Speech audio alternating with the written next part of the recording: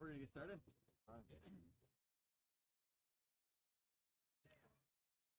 Good morning. Good morning, everybody. Thank you for being with us.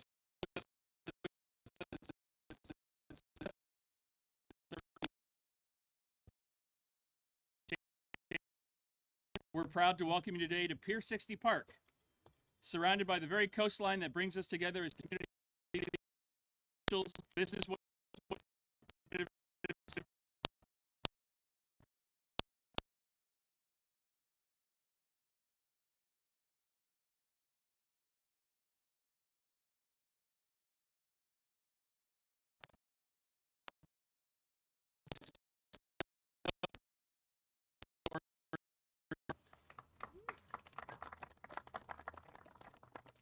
Today, you're going to hear from a very diverse group of speakers who represent different perspectives, but are united in purpose. Following the program, the speakers will be available for individual interviews as well. Before we begin, I want to recognize several distinguished guests who have joined us. Mayor Bruce Rector. Thank you, Mayor. Mayor Kenneth Welch. Former Congressman David Jolly is in the audience. Thank you for being here, David. City Councilman from Clearwater, David Albritton. Thank you for being here, Councilman. I also want to thank our partners at Oceana Surfrider, the Clio Institute, the Clearwater Marine Aquarium, and the Don't Drill Florida Coalition for their collaboration and commitment to bring today's event together. So why are we here? We're here because last November, the U.S. Department of Interior released a draft program that would determine where and when offshore oil drilling leases could be sold. For the first time, this proposal includes a new drilling zone in the Eastern Gulf, located dangerously close to Florida's coast. It's a significant expansion about the size of the state of South Carolina, and it threatens the Gulf that we know and love. This proposal rolls back long-standing protections that were put in place during our president's first term and represents a fundamental shift in direction. In a time of deep political division, this is an issue that unites Floridians regardless of party or ideology. Today, you're going to hear what's at risk and why the risk of offshore drilling this close to our coast is simply too great. It poses a threat as an ecological disaster, putting at risk the waters, wildlife, and beaches that define Florida and draw so many people to the state, unless you're fortunate like me to be born here. It compromises our military readiness. The Eastern Gulf is a critical training ground for our armed forces, and introducing drilling activity puts that mission at risk. And it threatens Florida's economy. Our tourism economy supports more than 15 million visitors annually, employs over 100,000 people here in Pinellas County, and generates $10 billion locally, contributing to a $134 billion statewide economy for tourism. And Florida's marine economy alone contributed nearly $40 billion in GDP last year. These are not theoretical risks. These are real consequences for real people. This is not a partisan issue, as I said. Republicans and Democrats across Florida at every level of government agree. No new offshore drilling. Today, we stand together to protect a clean coast, a resilient economy, and the future of our communities that rely on both. Today, we're issuing a call to action. The public comment period on this proposal is coming to a close. It's our final opportunity for individuals, businesses, and communities to make their voices heard. And we are urging all of you to take action now. That's why we're so honored to be joined by our speakers today who bring experience, science, and passion to our issue. And with that, it's my privilege to introduce our first speaker, the mayor of our town with the Chamber of Commerce weather today. Please welcome the Honorable Bruce Rector. Thank you. You know, I think it's really important what Charlie just said at the beginning, and that is, you know, Mayor Welch and I have talked about this all along. There's not a Republican or Democrat way to fix a pothole. It's a pothole, and we pull together as a community, regardless of our party affiliation, to get things done. And I can't think of a more important, nonpartisan, bipartisan effort than to protect this beautiful body of water behind us and our beautiful beaches. And I support Senator Scott, has been a leader in Washington, pulling together congressional delegation to oppose any drilling in the eastern part of the Gulf and And I applaud his efforts, and I know Gus Bilirakis' office, Congressman Bilirakis' office is here today. So it is truly, we all care about the beauty and the importance of maintaining the beauty of this body of water.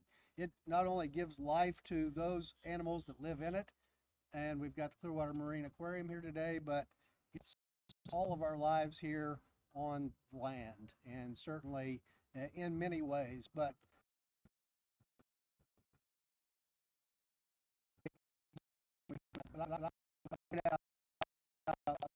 beauty and the pristine waters we have, but it's about the human lives. 16 months ago, we saw the devastation that a hurricane could cause 100 miles off the coast.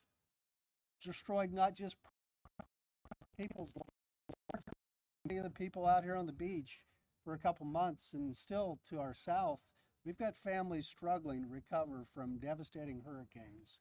The impact of what happens 100 miles off in the water just affecting the lives of our citizens today. And we all need to remember that it's not just those who here. It's just water.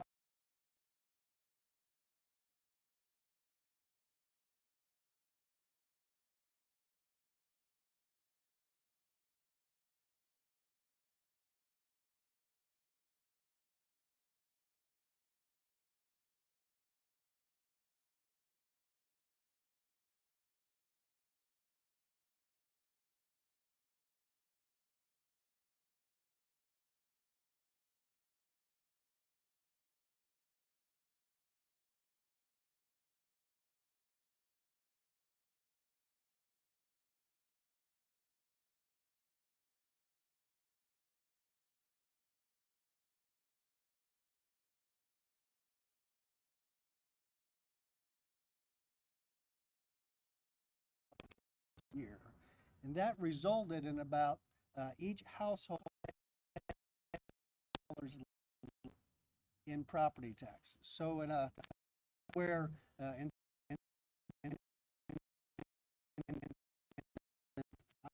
point out today that it's not just about protecting our environment, it's about protecting the livelihoods and the lives of all of our residents here, and tourism and maintaining this beautiful water, pristine as it is. It's very important to all of us, whether you ever come out here on the beach to enjoy it or not. Protecting our tourism industry, protecting this water is extremely important to all of us. So I'm happy to be here today, and I did order up some of the best weather you could ever have. We like for the media to tell everyone around the country, around the world, that this is our kind of weather every day.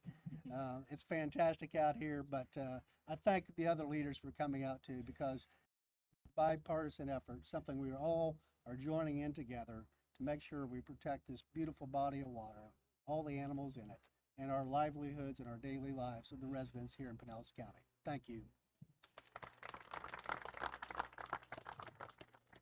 Thank you, Mayor. Now please welcome someone who's been a leader in this fight for over 2 decades, the Mayor of the City of St. Petersburg, the Honorable Ken Welch. Thank you, CEO. Appreciate it. Good morning, everyone. It is a pleasure to be here, Mayor Rector. Pleasure to be in your great city, but I heard council always takes credit for the weather. So, Councilmember, thank you for the great weather here today. And to everyone who's gathered here today, all the organizations and leaders, we're gathered today to speak about a serious threat to the livelihood of coastal communities like ours, and to make clear why this matters to all of us. At the center of this issue is a proposal from the Trump administration that would expand offshore drilling across large areas of our nation's waters. Simply put, for Florida, this is a terrible idea. Opening the door to more offshore drilling puts our coast, our economy, and our way of life at risk. Now, as a county commissioner, I debated against state leaders on a proposal to allow close shore oil drilling. That was in 2009. That was 17 years ago. I think I still had hair back then, even, Charlie. I do have photo evidence of that. But in nearly 2 decades, the facts have not changed. Now, just a few months after that debate in 2009, we had the Deepwater Horizon oil disaster. And it proved that even when a spill is hundreds of miles offshore, it could be devastating to our local environment and our economy in Pinellas County and across the Gulf Coast of Florida. That impact reached our beaches, our fisheries, and our tourism economy. Thousands of jobs were lost. Billions of dollars were wiped away, and the damage spread quickly, and small businesses and working families paid the price. That experience taught us an important lesson, that oil spills don't respect state lines or imaginary boundaries on a map. And it's a lesson we do not need to relearn. Now, every few years, this type of near-shore drilling proposal resurfaces. And time again, we have to stand in opposition for the sake of our communities. And I'm glad that this time, our local and state leaders are on the same page, and that is real progress. We share the belief that there is far too much at stake to risk the health of our coastal economy and our environment for expanded drilling near our coasts. So let's talk about what's at stake today. Tourism is a cornerstone of our economy, and as it's been stated by Mayor Rector and CEO Justice, last year, Florida welcomed 143 million visitors, and here in Pinellas County, tourism just through the sales tax, the bed tax, generates more than $90 million annually. And much broader impact occurs in jobs and in tourist spending in our community. And those dollars support beach renourishment, local infrastructure, and even cultural investments like the Dali Museum in St. Petersburg. More importantly, our beaches support working people, individuals, and small businesses who rely on a clean, healthy coast to make a living. A single major oil spill could shut all of that down overnight. And I can tell you, it doesn't matter if the spill affects the panhandle or not. When folks think Florida is impacted, they cancel visits to Florida across the board, and that's what we experienced. And it's entirely unnecessary. This proposal isn't about meeting urgent energy needs. It's about expanding drilling at the expense of coastal communities who have the most to lose. So now is the time for Congress, for our coastal leaders, and for everyday residents to speak up. During the public comment period, we must call on the administration to remove our coastlines from the final plan and honor the commitments that were made. Our message today is straightforward. Our Florida communities and our way of life are too important to risk on the near-shore oil drilling scheme. It's a bad idea now, just as it's always been a bad idea. Thank you all.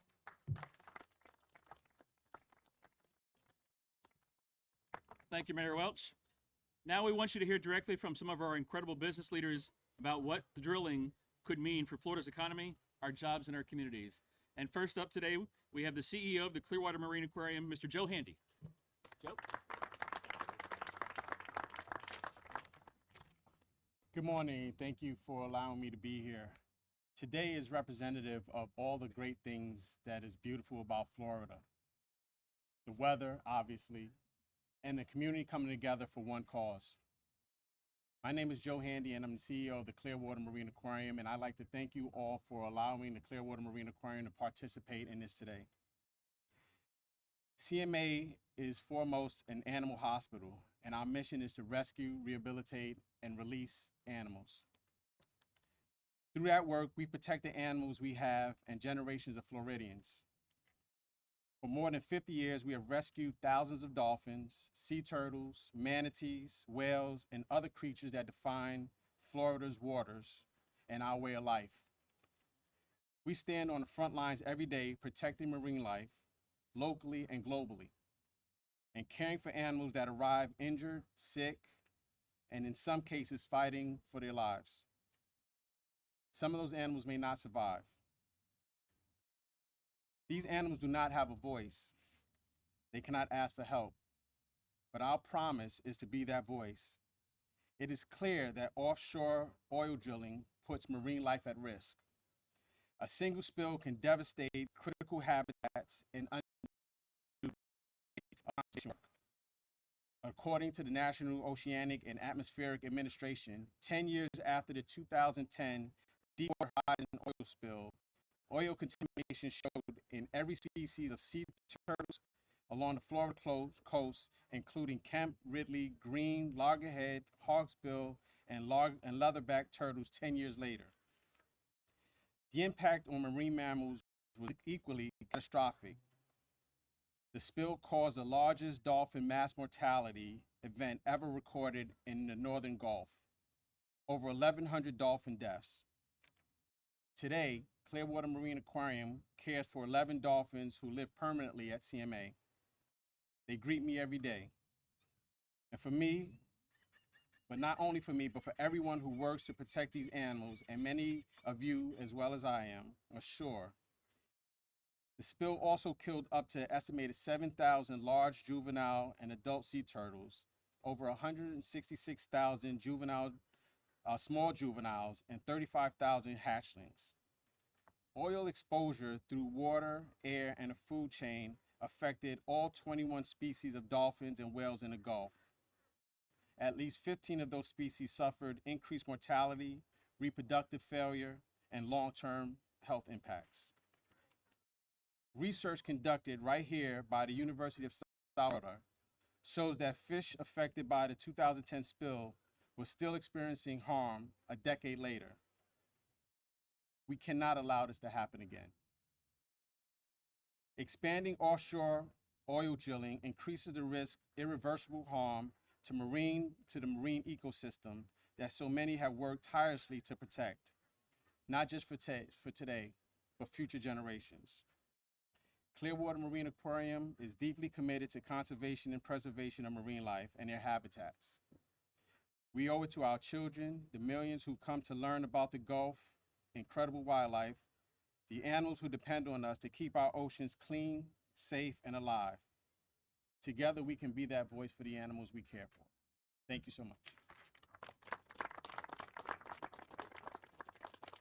Thank you very much. If you've had a great meal in Clearwater or all over Pinellas County, you can thank our next speaker, the president of the Baystar Restaurant Group. Please welcome Frank Shivas.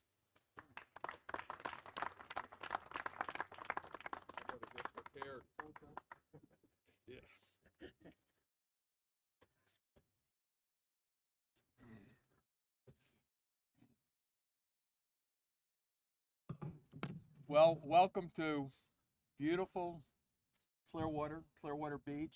Great weather, as everyone said. I'm sort of grew up here, and I feel connected to the Gulf of America, and especially all of Florida. But anyway, growing up here, I spent time fishing, sailing, building sandcastles as a young man, and enjoying everything our waterfront community offers. Today, my businesses rely on the Gulf. Our fishing boats operate out of Indian Shores, and our fishermen depend on the Gulf to catch seafood for local restaurants, including Baystar Restaurant Group.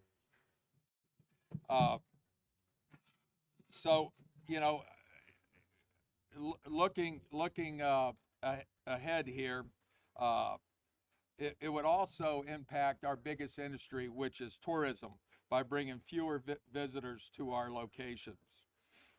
Having fewer tourists each year would affect all of us eventually. I've learned the importance of respecting the Gulf, and drilling would damage many things that matter to people in Florida. So what I'd like to say is, let's respect the Gulf of America. Thank you. Thank you, Frank. Earlier, we talked about how intertwined our tourism and marine economy truly are. And today, we will hear from someone whose livelihood depends on not just the water, but a clean and healthy Gulf. Please welcome Captain Dustin Pack from Fly Tide Charters. Dustin? How you doing? My name is Captain Dustin Pack. I'm a fly fishing guide in Tampa Bay, and I'm also a third-generation Floridian. This area means the world to me. I've lived here my whole life. I think that most of this has to be being proactive. I believe this is being proactive for all of us. not reactive. If you remember in 2021, a lot of you might, hopefully you do, we had a Piney Point discharge of 215 million gallons of high nutrient wastewater into the bay. And that in turn caused the largest fish kill that we've ever seen. And the warning signs were there. Multiple news outlets reported on it before it happened, but nothing was done. Then in turn, what happened. Now we know how bad this can be. So this is being proactive, not reactive, but it has to stop. A lot of folks up here know about Deepwater Horizon. I implore you, I don't have the time to break it down, but I implore you to also look at the Taylor Energy oil spill that happened, that is continuing to happen. If we have oil drilling out here, my livelihood is over. A lot of these businesses, most of these businesses, one spill can wipe all this out in one day. One day, kill it all. So I just implore the politicians, state, the administration just to nullify, just get rid of this idea. Like, look at what we have. Like I said, one spill is going to eliminate all of it. And I don't believe that that's in anybody's interest at all. So thank you so much. I appreciate being here.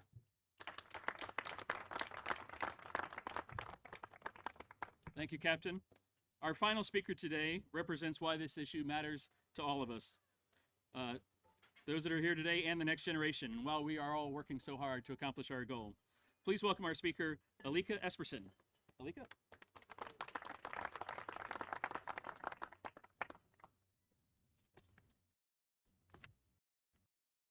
Thank you for the honor to close out this press conference today. My name is Alika, and I'm the co-executive leader of Gen Cleo, which is a youth-led movement advocating for the planet. I have the privilege of representing over 10,000 young people across the state of Florida. Today, we've heard from elected officials, business leaders, and working class about the expansion of offshore drilling and what it could jeopardize. Our tourism industry, our economy, and the beautiful places we love. And the youth couldn't agree more. After talking with so many of them, there's consensus. We need permanent protections. And we shouldn't have to fight the same threat again and again. We need lasting solutions that don't disappear with the next plan or the next administration.